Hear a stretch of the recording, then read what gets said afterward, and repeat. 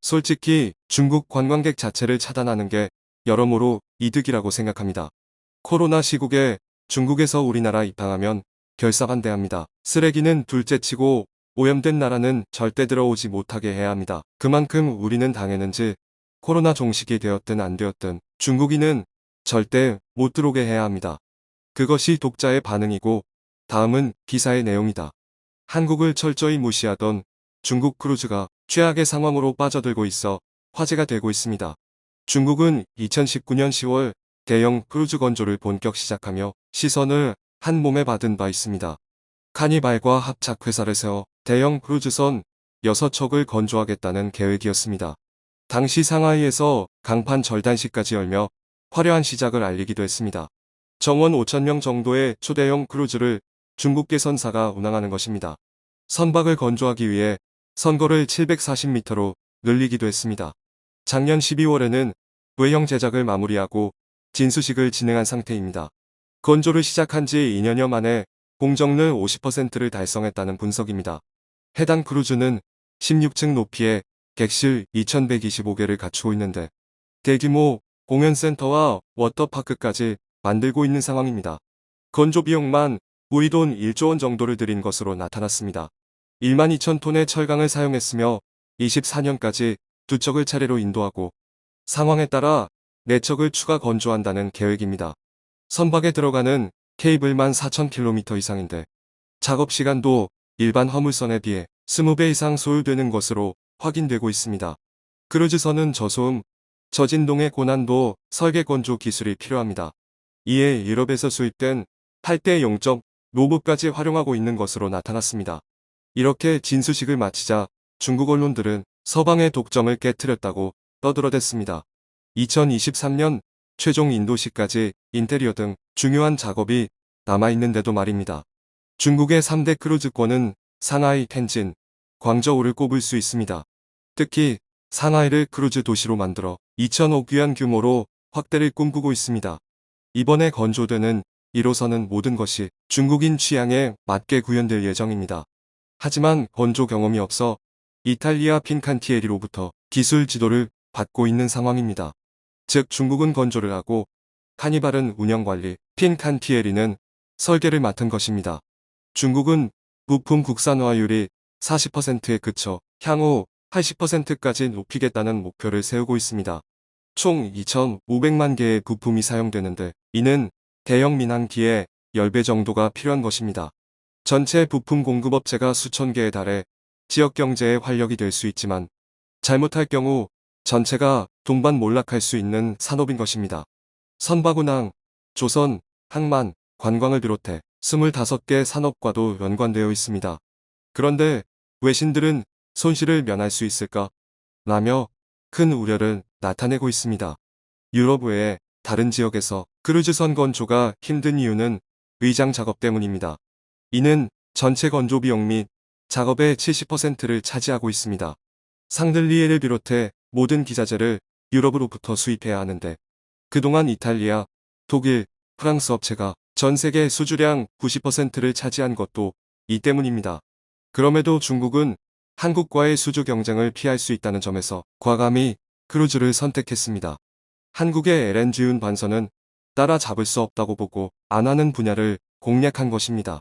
크루즈선의 적당 선가는 10억 달러에 달해 LNG선보다 5배가량 비싼 편입니다.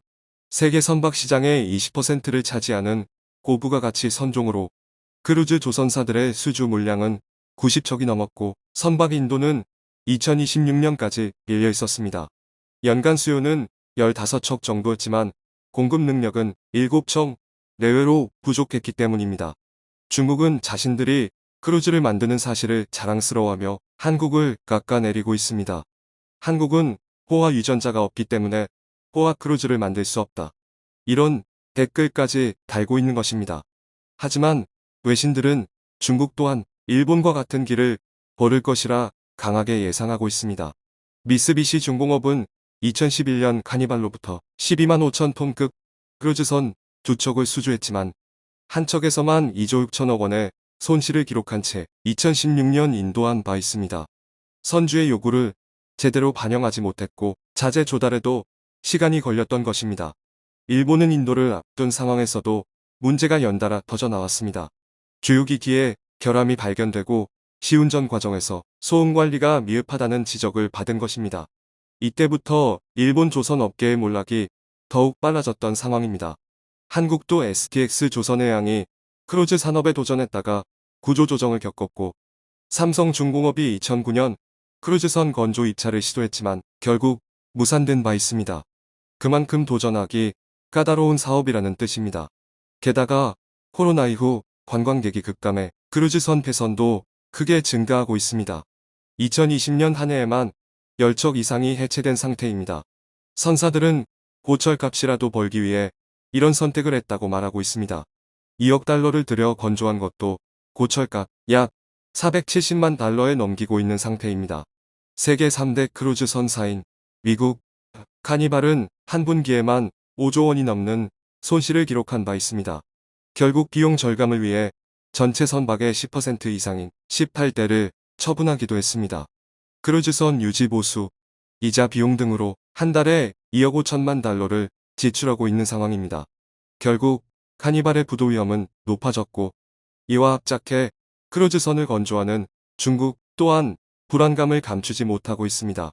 과거에는 크루즈선 운영만으로 이러한 비용을 쉽게 충당했지만 지금과 어려워진 상태입니다. 카니발의 주가는 2018년 정체되기 시작해 코로나 이후 회복하지 못하고 있습니다. 중국은 신규 크루즈선의 주요 목적지를 한국과 일본으로 잡고 있습니다. 최근에도 새로 건조하는 크루즈를 제주도로 시범 운항을 할 수 있는지 문의를 한 것으로 나타났습니다. 이는 한국의 중요성이 부각됐던 사건이 있었기 때문입니다. 2015년 중국 여행사 시트랩은 로얄 캐리비언과 골든 에어를 함께 운영한 적이 있습니다. 그들은 처음부터 상하이를 출발해 제주도를 기항지로 선택해왔습니다. 당시 한국은 풍물패와 취타대 등으로 그들을 환영했죠. 하지만 그 후 사드 사태가 터졌고 중국은 크루즈 관광 수요에 대한 자신감으로 한국 기항을 과감히 중단하는 결정을 내린 바 있습니다. 그런데 그 후 엄청난 파장이 생겨 2018년 로얄 캐리비언과 중국 시트랩의 합작 투자가 종료된 것으로 나타났습니다.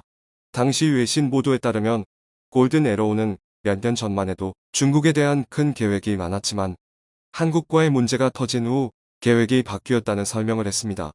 중국 크루즈 시장이 꺾인 이유가 한국에 대한 여행 제한 때문이었다고 밝혔던 것입니다.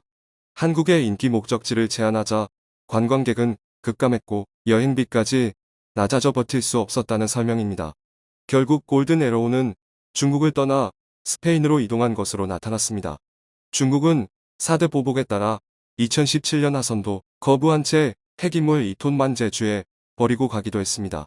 당시 크루즈 앞에서 전세버스 80대는 2시간 넘게 하선을 기다렸지만 허탕을 쳤던 것입니다. 환구시보는 이런 모습을 집중 보도하며 애국으로 평가하기도 했습니다. 그들은 이전에도 제주도의 쓰레기를 연간 수백 톤씩 쏟아내 왔었는데 7시간 정도만 머물러 지역 경제에도 도움이 되지는 못한 것으로 나타났습니다. 중국인들이 다녀간 자리는 여지없이 쓰레기로 뒤덮이는 문제까지 있었죠. 해외 크루즈 관광객의 한국 입국 추이를 보면 2016년 225만 명을 정점으로 사드 사태 초 20만 명대로 급감하더니 2020년 3천 명까지 줄어든 것을 볼 수 있습니다. 하지만 한국의 관광 산업은 버텨냈고 제주도는 내국인으로 넘쳐나고 있습니다.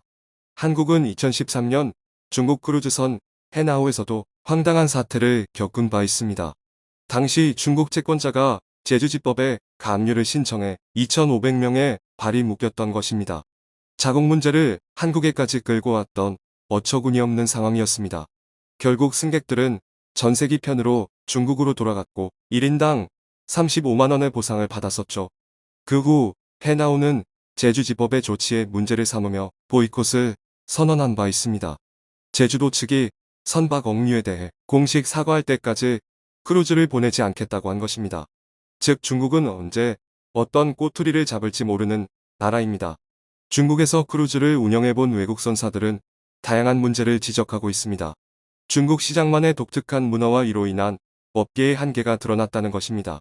유럽과 미주에서 먼저 발달된 크루즈는 승객들이 선박 내 식당과 술집을 이용하고 각종 유료 공연을 관람하면서 여가를 즐기도록 설계되어 있습니다. 질서 있는 서비스 이용으로 이윤도 이를 통해서 창출된다는 설명입니다. 그러나 중국인들은 선박 내 술집과 식당 소비에 소극적이고 고급 레스토랑과 스파 같은 서비스도 거의 이용하지 않는 것으로 나타났습니다. 중국 크루즈 관광 종사자는 육지의 상점과 달리 크루즈 내 시설의 용도 변경은 매우 힘들다며 그들이 이를 이용하지 않아 적자가 이만저만이 아니라고 하소연을 하기도 했습니다. 이탈리아 크루즈 책임자는 중국에서 크루즈 직원을 선발하는 것이 매우 어렵다며 영어 등 외국어 능력을 갖추고 서비스 정신이 투철한 인력 확보가 힘들다는 언급까지 했습니다. 결국 외국 선사들마저 중국의 등을 돌리는 상황입니다. 중국의 해외 여행자 수는 2019년 1억 5천만에서 최근 2천만 명대로 추락해 있습니다. 특히 크루즈 관광은 엄두도 못 내고 있습니다. 코로나로 국제 이동이 제한되면서 1차 피해를 입었고 배양 접시라는 오명을 뒤집어쓰면서 모두가 꺼려하고 있기 때문입니다. 2020년 크루즈 업체의 매출과 거래는 전년 대비 95% 이상 감소한 것으로 나타났습니다. 한국 또한 재작년 2월부터 관광 목적 크루즈선의 국내 입항을 금지하고 있습니다. 그럼에도 올해 중국 측에서는 크루즈선 125척을 제주에 기항하겠다고 일정을 보내온 상황입니다. 최악임에도 멈출 수 없는 중국의 크루즈 산업. 한국에는 발을 붙이지 말길 바랍니다. 청중의 일부 의견. 중국의 크루즈가 완성되어 운항을 한다 하더라도 국내 정박은 허락하지 않아야 한다. 중국인은 철저히 계속 무시하고 영원히 교류하는 일 없었으면 좋겠다. 저급하고 몰상식한 관광객을 상대로 장사해선 안 된다. 제주도지사와 제주도민들은 반드시 기억하고 접근을 철저히 봉쇄해야 한다. 질 낮은 관광객은 강하게 문전박대하고 차별해야 제주도의 환경을 지킬 수 있다. 상식이 통하는 관광객만 허용하길. 제주도는 무비자를 철회해야 한다. 결국 제주도의 범죄율만 높아졌다. 그러게 되면 내국 관광객들은 보이콧을 할 것이다.